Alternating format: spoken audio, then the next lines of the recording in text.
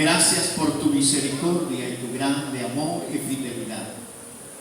Ruego, Dios, que en la exposición de esta palabra me des entendimiento, que la dirección del Espíritu Santo sea la que lleve, Señor, a cabo el mensaje, en la cual traiga bendición a cada uno de los presentes de nuestras vidas. Permite, Dios, que tu nombre sea glorificado. Reprende toda potestad de las tinieblas, todo aquello que se interpone a la verdad, porque nada podemos contra la verdad, sino por la verdad, la cual en esta tarde es una bendición para nuestras vidas. En el nombre de Jesús te lo pido. Amén. Amén. Siéntese, hermano, hermana, siéntese. Vamos a meditar unos momentos sobre el poder de Dios. Tomo como inicio este pasaje que lo quiero fortalecer con Hebreos capítulo 11, versículo 17 al 19. Estos dos versos están enlazados con este pasaje y de esto vamos a hablar hoy. Amén. Vamos a hablar de la esperanza. La esperanza en el poder de Dios. Encontramos aquí la orden que Dios le dio a este hombre llamado Abraham, al cual había escogido, había llamado para darse a conocer a través de su descendencia a un mundo que tanto necesitaba en aquella época conocer a un verdadero Dios, ya que de donde Abraham sale es la cuna de la idolatría, es cuna de donde, amados hermanos, las familias y todos los vivientes de aquella época vivían atrapados, creyendo en aquellas imágenes, en aquellos ídolos, de los cuales, ¿verdad?, generaban ganancias para la familia de Abraham. Y se daba a conocer, y había una devoción muy grande hacia estas cosas, por lo cual Dios lo llama. Y lo llama con un propósito de darse a conocer al mundo como el verdadero Dios por medio de un hombre que abrazaba las ideas de la idolatría. Un hombre que abrazaba en tanto la mente, el corazón y los vínculos familiares que correspondía a la adoración de ídolos muertos. Y algo de esto habla el apóstol Pablo cuando dice que habla de nosotros, los que nos convertimos al Señor, y habla también de esto que dice en el capítulo 6 a los romanos, que si antes obedecíamos a aquel tipo de doctrina y la obediencia a aquel tipo de doctrina que era lo malo, era algo desagradable, Pablo menciona y dice que ahora, como siervos de la justicia, dijo Pablo, ya no presentemos más nuestros miembros al pecado, sino que ahora los presentemos para hacer lo correcto, lo agradable delante de Dios. Amén, aleluya. Abraham sale de ese espíritu del mundo, de ese vínculo, y Dios lo lleva a peregrinar sobre la tierra, y Dios le hace promesas grandes y maravillosas. Y la principal promesa que Dios le hace a Abraham es aquella cuando le dice en el capítulo 12, en ti serán benditas todas las familias de la tierra. El que te bendijere será bendito, y el que te maldijere será maldito. Dios lo antepuso ante circunstancias donde no sería fácil enfrentar la vida, pero que si permanecía creyendo en ese Dios, todas las cosas son posibles. A tal grado que cuando Abraham habló con Dios, después de mucho peregrinar sobre la tierra, y le dijo: Dios, ¿acaso este siervo, este esclavo damasceno, heredará toda mi hacienda, toda mi casa, todo lo que poseo? Dijo Dios: no, yo te daré descendencia. ¿Puedes contar las estrellas del cielo? Así será tu descendencia. Pasaron muchos años, décadas, y no aparecía la promesa. Pero Abraham creyó, y esa parte esencial de creer a Dios le agradó, porque Abraham se convirtió en el amigo de Dios, porque le creyó a Dios. Lo leímos en los Romanos, cuando leíamos aquella parte de la escritura que dice que Abraham creyó contra esperanza. Creyó contra esperanza porque su cuerpo ya era viejo, estaba cansado. Pero él creyó en Dios, que Dios le daría simiente, que Dios le daría familia, gloria al Señor, y que se multiplicaría tan grande que sería como las estrellas del cielo. Bendito Dios. Nace su hijo, pasan los años, y Dios le pide a su hijo que se lo entregue en sacrificio. Y Abraham no dudó en su corazón. No dudó. Tantos años, toda una vida, todo un siglo casi esperando, vamos a llamarlo así, para obtener una esperanza de un hijo, y lo tuvo, pero Dios se lo demandó y dijo: quiero que me entregues a tu unigénito, a tu único hijo. Santo el nombre del Señor. Cristo vive. Aquel hijo que nace del matrimonio. Y no fue sencillo, porque Abraham creyó en el poder de Dios. Y lo estoy usando solamente como una introducción. Vayamos a Hebreos 11, 17 y 19. Hebreos 11, 17 y 19. Aleluya. Y ahí el hermano nos lee para que oigan todos. Hermano Josué, tome el micrófono. Cristo vive para siempre. Santo es Dios. 11. 17 al 19 de Hebreos. Y dice la escritura de esta manera: Por la fe, Abraham, cuando fue probado, ofreció a Isaac, y el que había recibido las promesas ofrecía su unigénito, habiéndosele dicho: en Isaac será llamada descendencia, pensando que Dios es poderoso para levantar aún de entre los muertos, de donde, en sentido figurado, también le volvió a recibir. Aleluya. Fíjense lo que hizo Abraham. ¿Y cuántos de nosotros estaríamos dispuestos a ofrecer algo que Dios demanda de nosotros? Hubo un hombre joven que vino y era muy rico ante Jesús y le dijo: maestro bueno, ¿haciendo qué cosa heredaré la vida eterna. Le dijo el Señor los mandamientos, ¿sabes?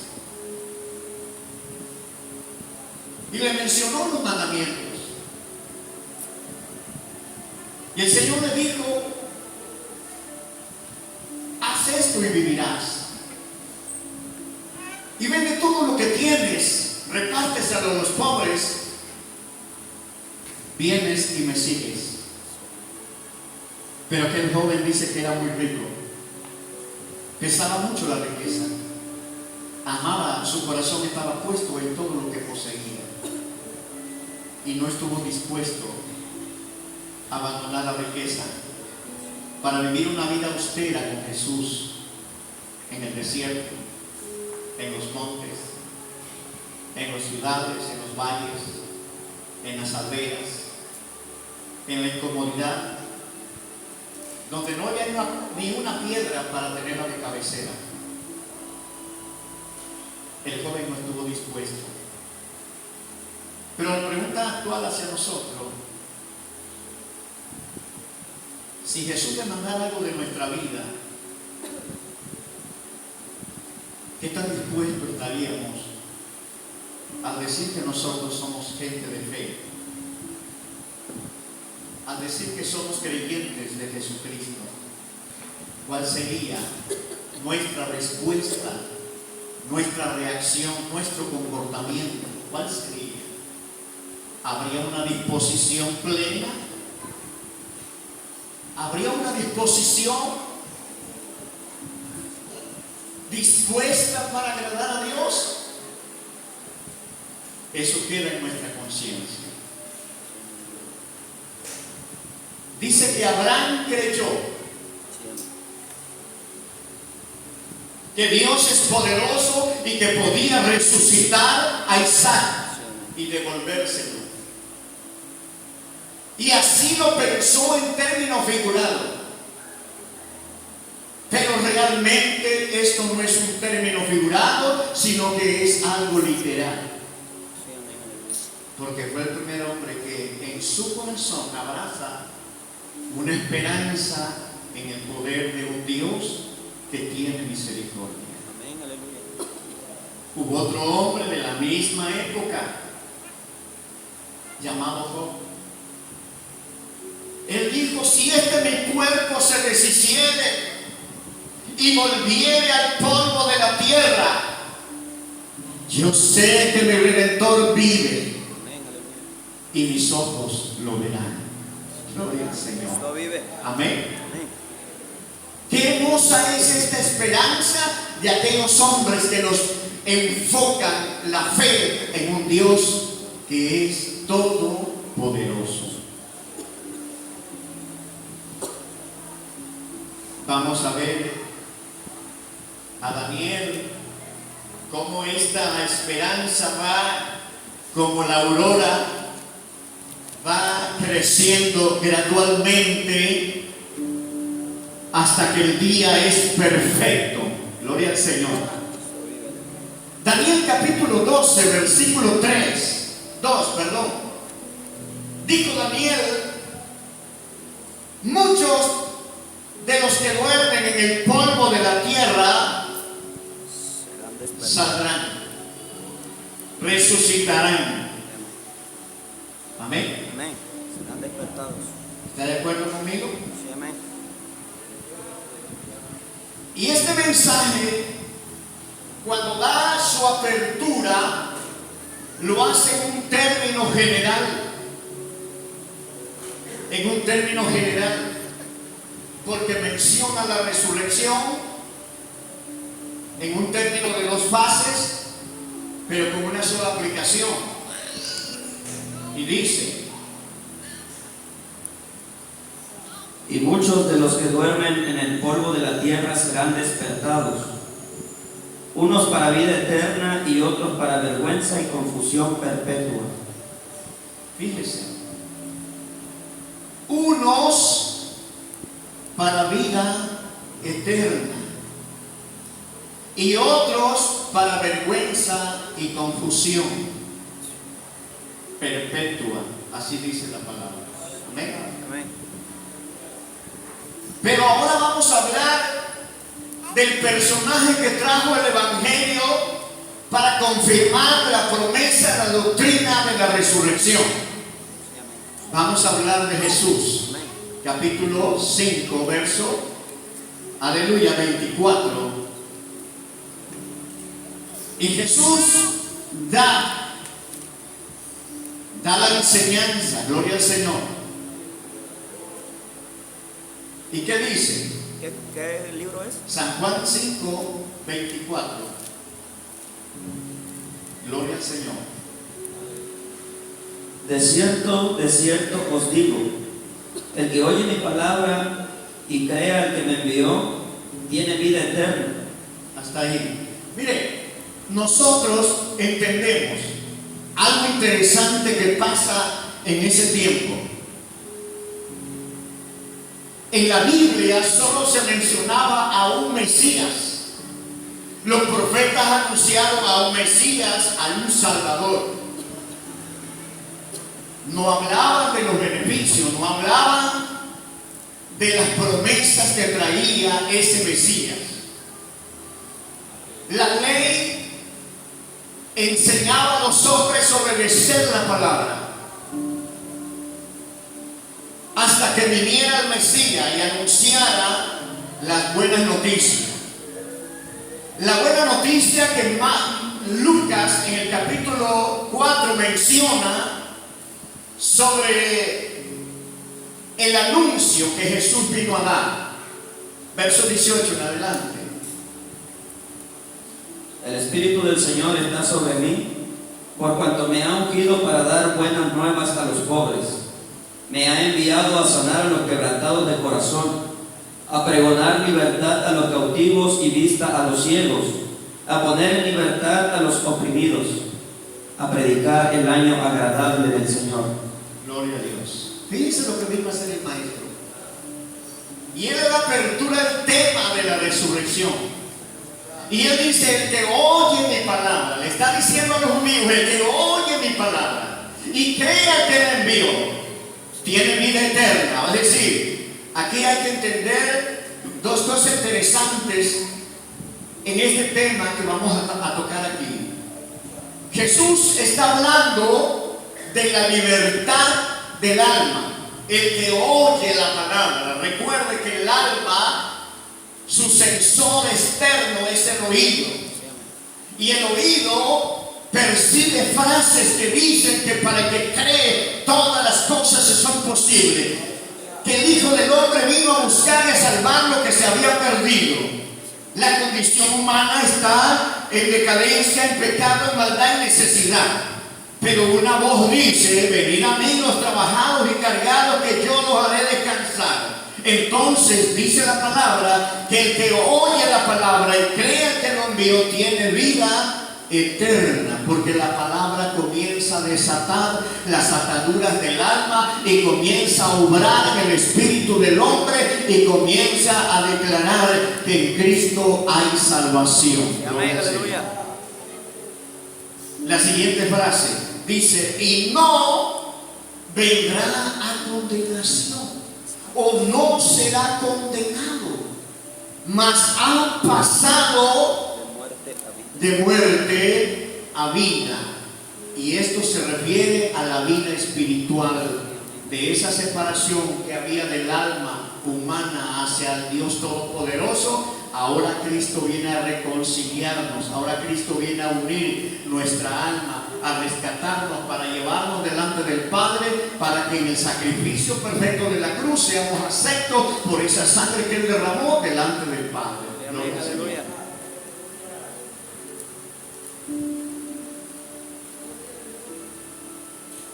Pero ahora viene la otra parte. Ahora viene la parte visible, esa es la parte invisible. Sí, el alma no se ve, solo vemos unos depósitos aquí, pero mientras los ojos se mueven y la boca se mueve, sabemos que hay un alma ahí. ¿Cuántos alaban al Señor? Amén, aleluya. Gloria a Dios. Cristo vive. Amén. Amén. Entonces Jesús menciona en el versículo 28 ahí de San Juan 5, San Juan 5:28 dice, ya habla ahora del cuerpo. No os maravilléis de esto, porque vendrá hora cuando todos los que están en los sepulcros oirán su voz. Oiga esto, dijo, no se maravillen por esto. Ay, ya tengo vida eterna, ya no me voy a morir, ya no me voy a cansar, ya no me va a doler la muela, no me va a dar jaqueca, no voy a sentir reumas. No, espérese, no se maravillen, espérese.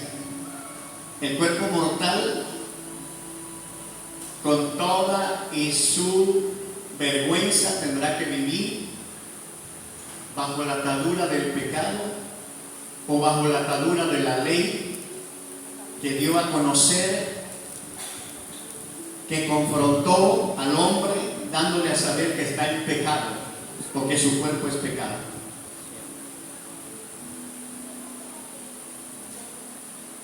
Verso 29. Dijo Jesús: Y los que hicieron lo bueno saldrán a resurrección de vida, mas los que hicieron lo malo a resurrección de condenación. Si el cuerpo va a resucitar, oiga esto, si el cuerpo va a resucitar, el Señor está dando una esperanza al cuerpo. ¿Sí? Le está dando una esperanza al cuerpo de que en aquel día, todos los que abrazaron la esperanza de Cristo saldrán a resurrección de vida. Pero ven, repite el último verso, 29.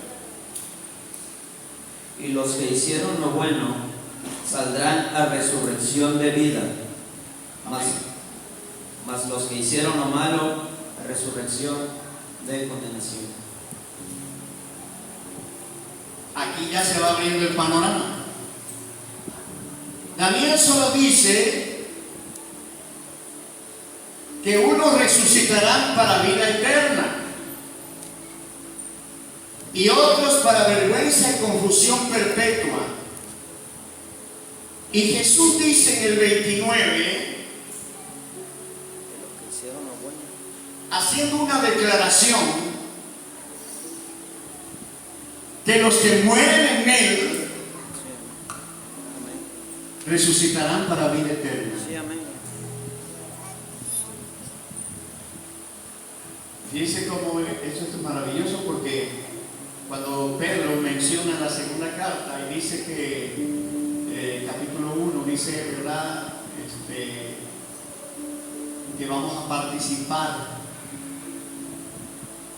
a fin de participar de su naturaleza divina.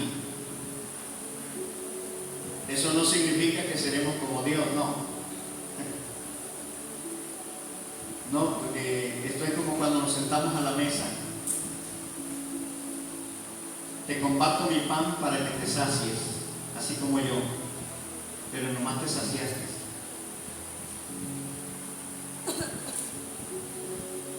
En el día de la resurrección vamos a obtener un cuerpo glorificado.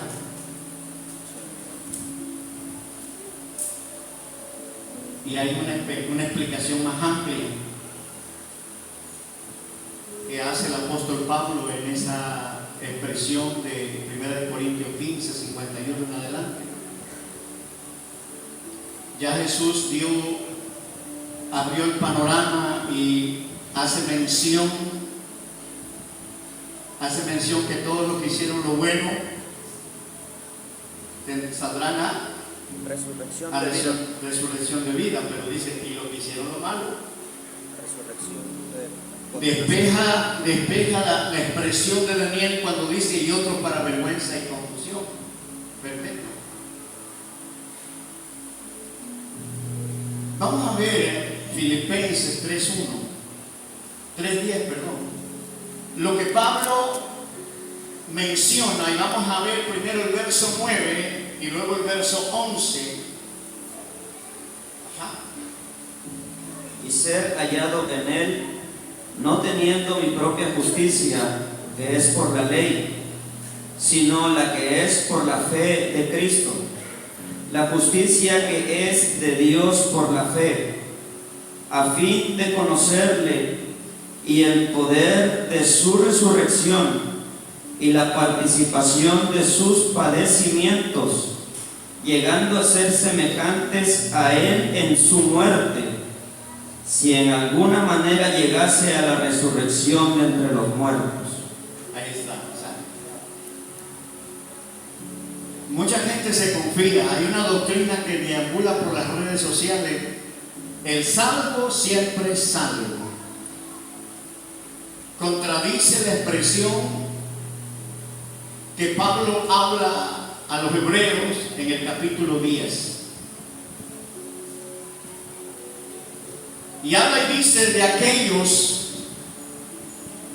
que pisotearon la sangre de Cristo, aquellos que recayeron, que se volvieron al mundo.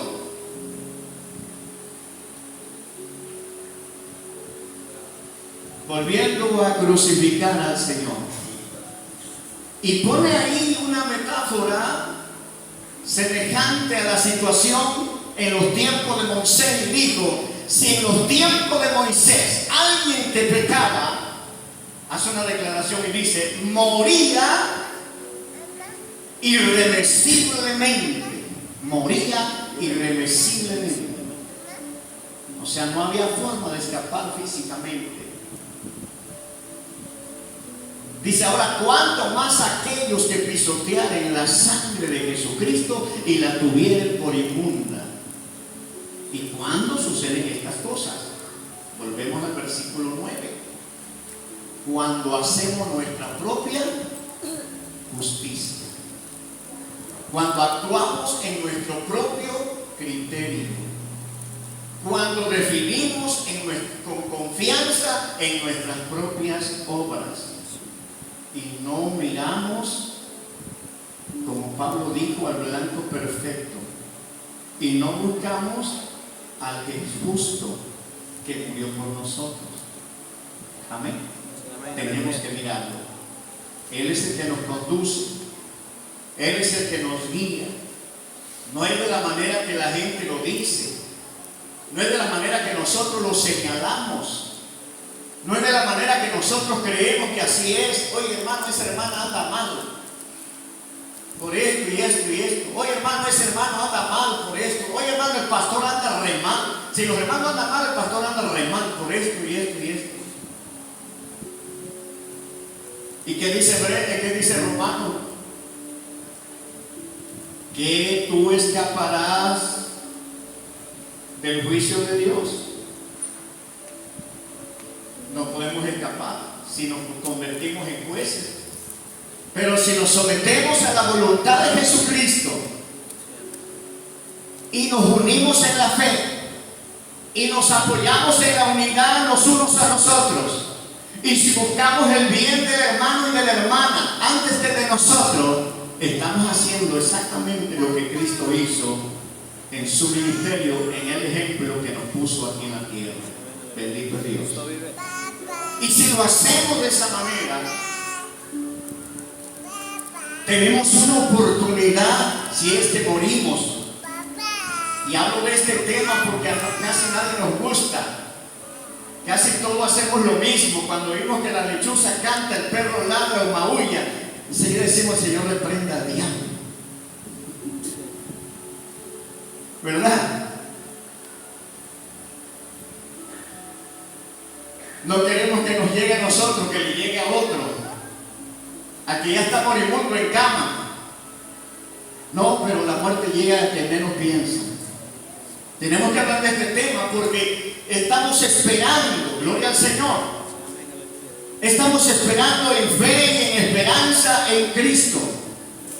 Y en Cristo hay una gran esperanza en la cual, amados hermanos, el móvil más grande de la fe del creyente es aleluya, la resurrección y el arrebatamiento. Amén. Estas dos cosas motivan, mueven, empujan la fe del creyente. Sí, amén. Pero debe ser un empuje total, aleluya, para obedecer en su totalidad la palabra de Dios. Para poder alcanzar la estatura del varón perfecto, la imagen de Dios vivo, quien es Cristo Jesús. Amén. Amén. Gloria a Dios.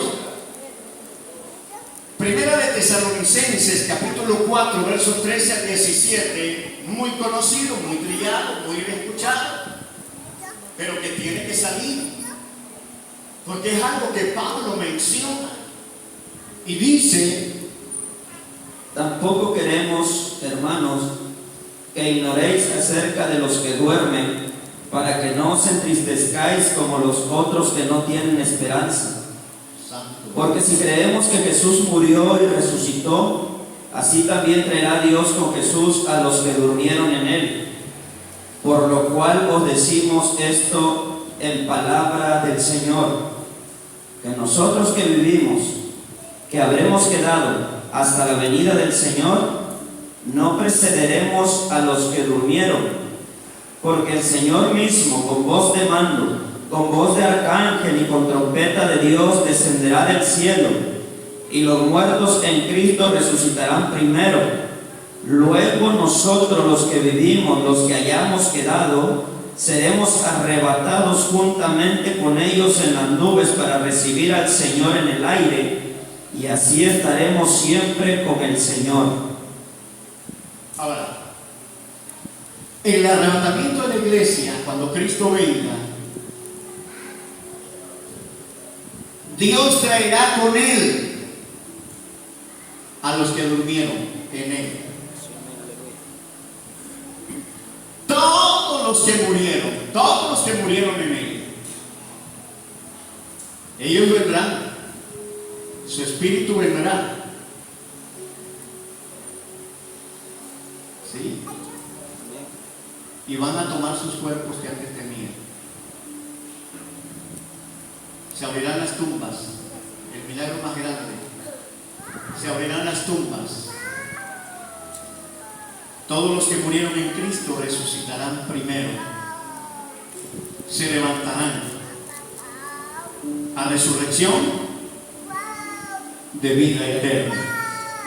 Amén. Amén. A resurrección de vida eterna. Ahora, Primera de Corintios 15, verso 51. Dijo Pablo: he aquí os digo un misterio. Porque esto era un misterio, no había sido revelado. Jesús había hablado de la resurrección, pero Pablo recibe la revelación. Fíjense bien, el apóstol Pablo recibe la revelación del acontecimiento, de los sucesos, y él escribe y dice: he aquí os digo un misterio, no todos dormiremos, pero todos seremos transformados. Amén. Dice: no todos dormiremos. Eso es lógico, ¿verdad? Que cuando Cristo arrebate su iglesia, parte de la iglesia estará viva, su vida normal, cotidiana, pero también parte de los que ya se nos adelantaron, dice Pablo, no precederemos a ellos, porque ellos van a resucitar. Va a haber un mover donde el espíritu de cada uno de los que resuciten estarán tomando sus cuerpos, y en el mismo instante de la transformación que surge del polvo de la tierra a formalizar una figura, una esencia, aleluya, incorruptible, en nuestras vidas estará aconteciendo el acto de la transformación. Bendito es Dios. Amén.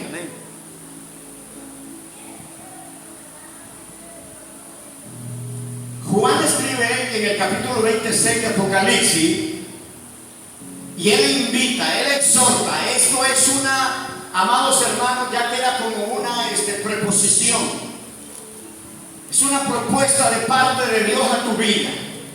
Y dice Juan: Bienaventurado el que tiene, dice, el que tiene parte en la primera resurrección. La segunda muerte no tiene potestad sobre estos, sino que serán sacerdotes de Dios y de Cristo y reinarán con él 1000 años. Dice lo que está diciendo la palabra. Pero para alcanzar estas cosas, hermanos, hay cosas que hay que hacer. Y una se encuentra en Mateo 7:21, que dice: no todo el que me dice Señor, Señor, entrará en el reino, dice, no entrará en el reino de los cielos, amén, sino el que hace la voluntad de mi Padre que está en los cielos. Ahora, si usted busca todos los días la presencia de Dios, si usted busca a través de la Escritura cuál es la voluntad de Dios, Juan nos lo dice. Juan dice en la primera carta, capítulo 4, me parece, vamos a verlo. Pablo dice que si alguno ama a Dios, tiene que amar ¿a quién? A su hermano, amén. Tiene que amar a su hermano, porque no puede vivir diciendo amo a Dios y aborrezco al pastor, me cae gordo ese viejo. Sí, porque sé que muchos lo han dicho, por eso lo digo, porque muchos lo han dicho. Pero gracias a Dios, porque yo no espero escuchar cosas bonitas para mí. Porque si yo esperara escuchar cositas bonitas para mí, estoy perdido. Me endulzan el oído y mi corazón se esponja y mi mente se llena de soberbia. Pero ¿sabes una cosa? Dice un pasaje que habla Filipenses 4:13, todo lo puedo en Cristo que me fortalece. Entonces, para decir ese texto, nosotros tenemos que doblar las orejas como los burros cuando agachan las orejas. Porque el profeta dijo: ¿quién sordo como mi siervo? ¿Quién ciego como mi siervo? ¿Quién mudo como mi siervo? Oye y no dice nada, ve y no dice nada. ¿Sí? Cristo vive. Porque ante las tempestades no podemos caer ante el juego de Satanás, sino darle gloria al que vive. Amén, aleluya. Nos quedamos en Juan, ¿qué? Primera de Juan Primera de Juan 4, pero no sé qué, el 7. el amor de Dios. El 7. Ajá. Amados, amémonos unos. 3:11. Todo aquel, dice, ¿Primera o segunda? Primera de Juan. Dice, todo aquel, No, está en otro. verso 11. Ajá, nada más que estás en otra carta. Es otra carta esa, ¿no? Es Primera de Juan. Primera de Juan 3. 11 dice: porque este es el mensaje que habéis oído desde el principio, que nos amemos unos a otros. Bueno, este es el mensaje que hemos oído. Verso 11. ¿Sí? Ok. Porque este es el mensaje que habéis oído desde el principio, que nos amemos unos a otros. Bueno, me brinqué el 10, pero el 10, junto con el 11, En esto se manifiestan los hijos de Dios y los hijos del diablo.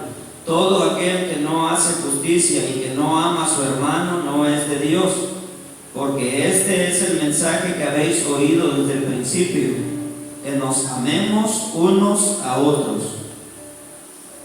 ¿desde cuándo? Desde el principio. Desde el principio. ¿Por qué desde el principio?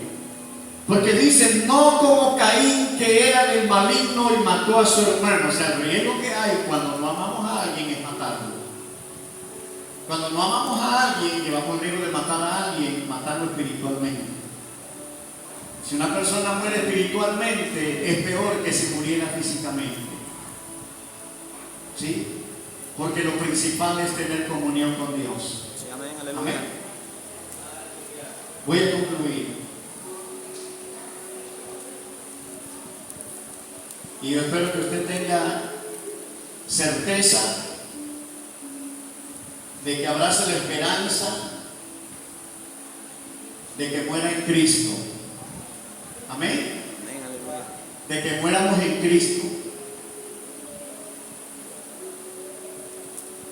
pero no haciendo lo malo, no odiando, no siendo indiferente, no siendo caprichudos, no siendo hago lo que se me pega la gana, porque acuérdense lo que leímos en Filipenses, no haciendo nuestra propia justicia, sino la de Cristo. Amén. La justicia es Cristo. Cristo es el ejemplo y es el modelo. El objetivo de este mensaje es alentar la fe que hay en nuestro corazón,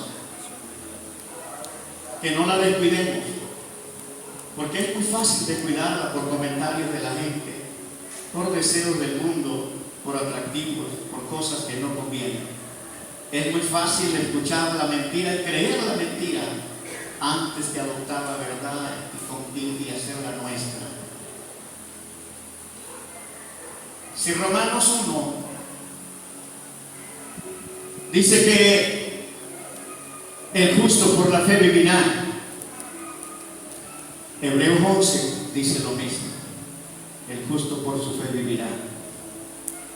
Y tenemos que alentar esa esperanza, tenemos que alentar ese momento, tenemos que alentar el día a día que nos levantamos de la cama. Antes de tener pensamientos preocupantes de la actividad del día y de las cosas terrenales, detente a pensar si estás o no estás a cuentas con Dios, como dice Pablo a los Corintios en el capítulo 3, en la segunda carta. Dice Pablo: examinaos a vosotros mismos, o no os conocéis. Por eso tenemos que vivir nuestra fe. Por fe yo voy a orar y voy a dar prioridad a la presencia de Dios. Por fe voy a nutrir mi espíritu con la palabra de Dios, porque eso me alienta la vida. Gloria al Señor. Por fe voy a ir al templo a adorar a Dios junto con mis hermanos, y voy a animar al que venga desanimado, y no me voy a poner a la par en su comentario. Le voy a decir: ya no pongas oído a lo que te destruye, pon tus ojos en la palabra de Dios y en tus ojos en Cristo Jesús, que Él es el que da recompensas. Amén, aleluya. Amén. Amén. Vivir la fe cada día. Ese es el objetivo de esta palabra. Confirmar la esperanza. Si tu esperanza andaba decayente, si tu esperanza andaba agüitada, andaba decepcionada, andaba desesperada, preocupada, porque el pensamiento te vienen ideas: ¿seré salvo o no seré salvo? ¿Me perdonará Dios? ¿No me perdonará? ¿Me amará Dios o no me ama Dios? Yo quiero decirte que el apóstol Pablo, cuando habla a la carta a los romanos en el capítulo 5, les dice: justificados pues por la fe, tenemos paz para con Dios. Amén, aleluya. Y comienza a detallar, amados hermanos, hasta llegar a una parte donde declara que debemos tener paciencia.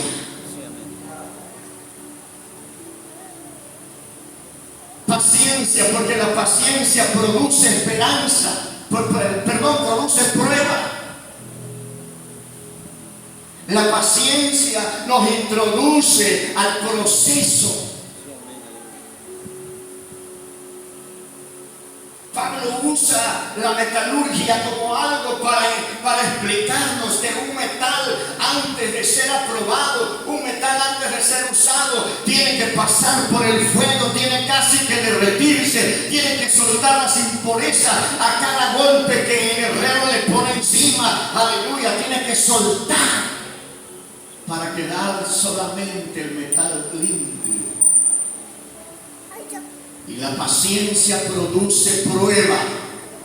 Y cuando tú y yo estamos en la prueba, cuando estamos metidos en el horno, cuando estamos caminando en el desierto, cuando estamos caminando en el momento que Dios nos está contemplando para ver nuestras reacciones, si hay disposición de soltar las impurezas pecaminosas de nuestras vidas, si estamos dispuestos a soltar el odio, el rencor, la amargura, aleluya, aquellas cosas que nos obstruyen, amados hermanos, si soltamos aquello en medio de esas pruebas y glorificamos a Dios en medio de las pruebas, amados, somos aprobados y la prueba produce esperanza. Cristo vive, amén, aleluya. Y esa esperanza está purificada, esa esperanza brilla, esa esperanza te empuja, esa esperanza te hace caminar con el Señor, esa esperanza te hace tener temor de Dios, esa esperanza no te lleva a hablar en doble sentido, esa esperanza te lleva a pensar solamente como piensa la mente de Cristo. ¿Por qué? Porque has conseguido que la esperanza abunde en tu corazón y no te avergüenza porque ha sido derramada en él. Gloria al Señor. Amén, aleluya. Alaban a Jesús. Sí, amén. Gloria a Dios. Por eso es importante alentar. El objetivo de la resurrección es alentar a cada creyente que no es un juego, que esto es en serio, que estamos luchando porque queremos vida eterna y la esperanza confirma, aleluya, eso que deseamos. Palabra del Señor. Dios, aleluya. Ve a Tito 1:2. Lo que Pablo le manda a escribir a Tito sobre la esperanza bienaventurada, sobre la esperanza que, amados hermanos, cada uno de nosotros posee, si es que en verdad la hemos conseguido en Cristo, porque muchos no lo han conseguido. ¿Saben por qué? Porque todavía hay comportamientos negativos, porque todavía muchos se comportan como aquellos que vienen recién salidos del mundo, porque todavía hay comportamiento del celo, de muchas cosas que se practican en la vida diaria del creyente pensando que eso es lo correcto. Hermano, estamos equivocados, porque recuerdo otra vez, la paciencia nos hace que produzca prueba. Si tú eres hermano Cerillo, si tú eres hermano Dinamita, si tú eres hermano, tienes que entrar.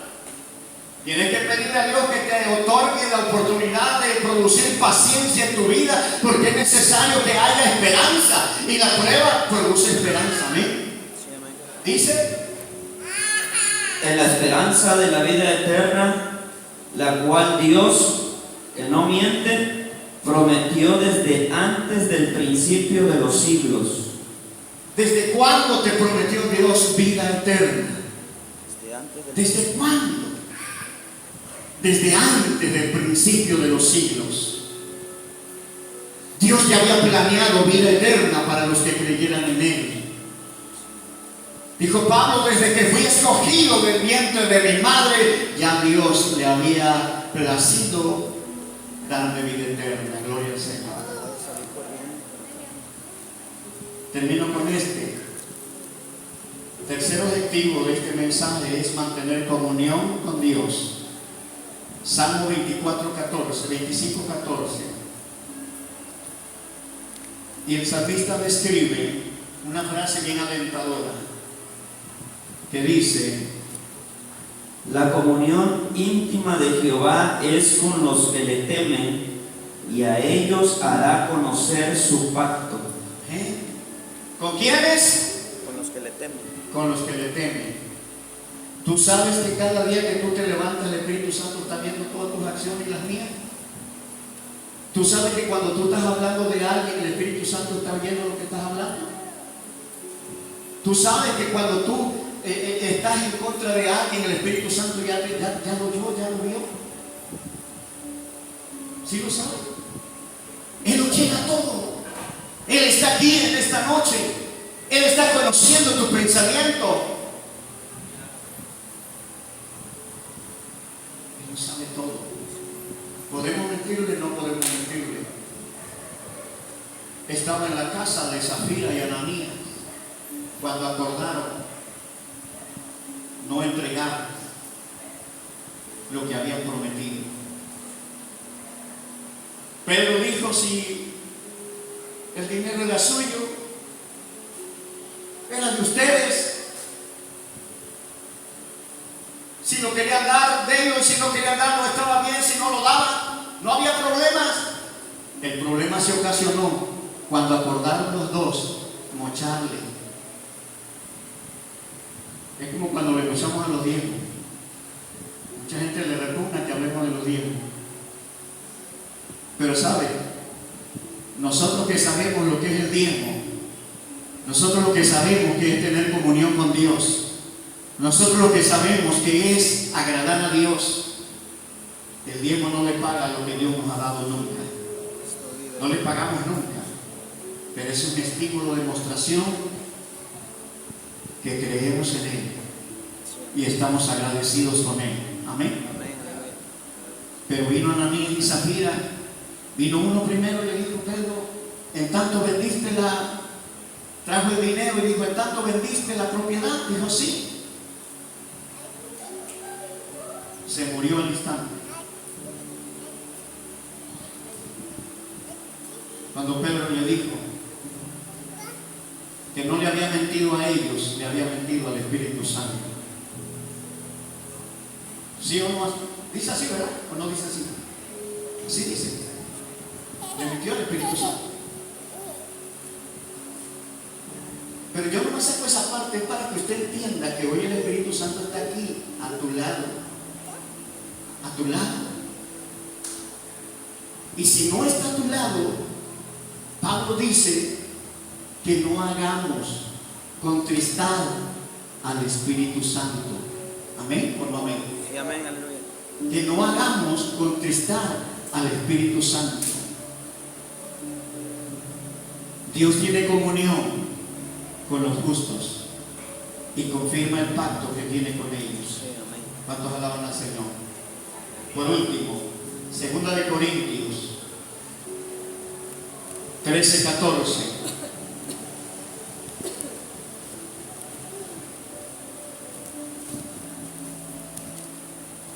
Pablo le da un saludo a la iglesia de Corintio en la segunda carta. Todos, no sé si todos conozcan, pero la mayoría que conocen de la iglesia de Corintios, así como nació y creció, se volvió conflictiva. Y hubo en ella pecado, adulterio, fornicación, hechicería, idolatría, maldad. Pero sobre todas las cosas, porque hubo quienes dividieron a la iglesia. Unos decían de Pablo, otros de Apolo, otros de Cefa. Pablo dijo: yo de Cristo. Yo no soy de Pedro. Yo no soy de ningún hombre terrenal. Yo soy de Cristo y usted también debe ser de Cristo. Amén. Entonces Pablo dijo: la gracia del Señor Jesucristo, el amor de Dios y la comunión del Espíritu Santo sean con todos vosotros. Amén. Fíjense bien, menciona al Hijo porque Él hizo el rescate, porque Él hizo abundar su gracia sobre la humanidad, una gracia que no puede ser desechada. Por eso lo dijo allá en el 18, me parece, de San Juan 3, que dice que el que rechaza, el que no cree en el Hijo, ya es condenado por cuanto no creyó en Él. Amén. Amén. ¿Sí? Entonces,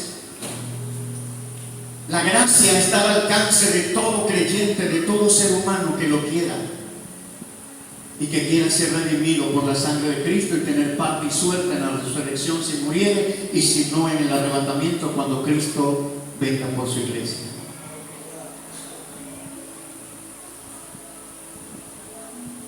El amor del Padre que Juan enseñó y dijo: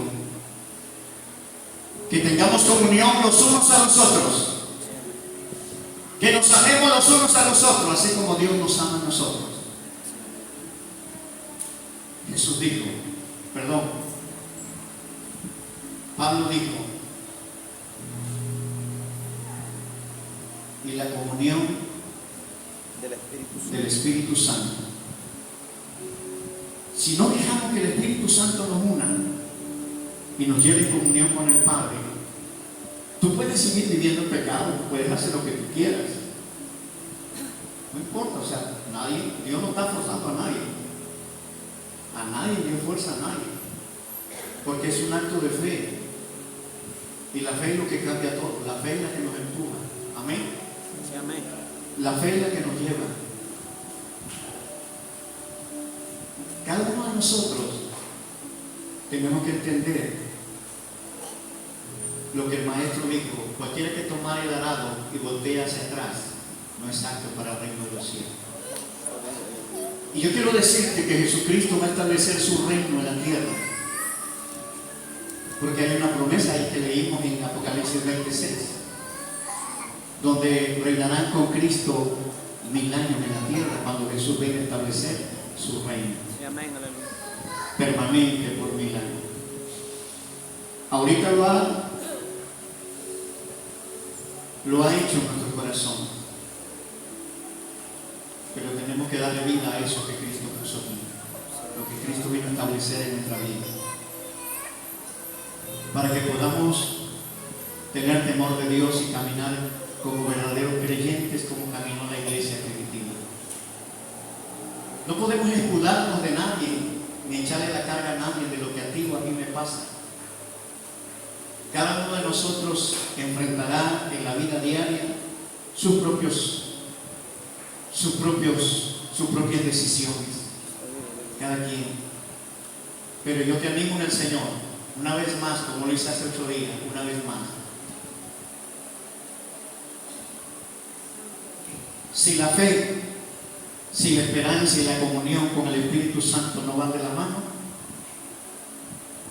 hermano, caminaremos en nuestra propia justicia. Pero esto no lo demanda Dios de todos nosotros. Esto lo demanda Dios de todos los que creen y los que oyen la voz de Dios. Póngase de pie y vamos a orar.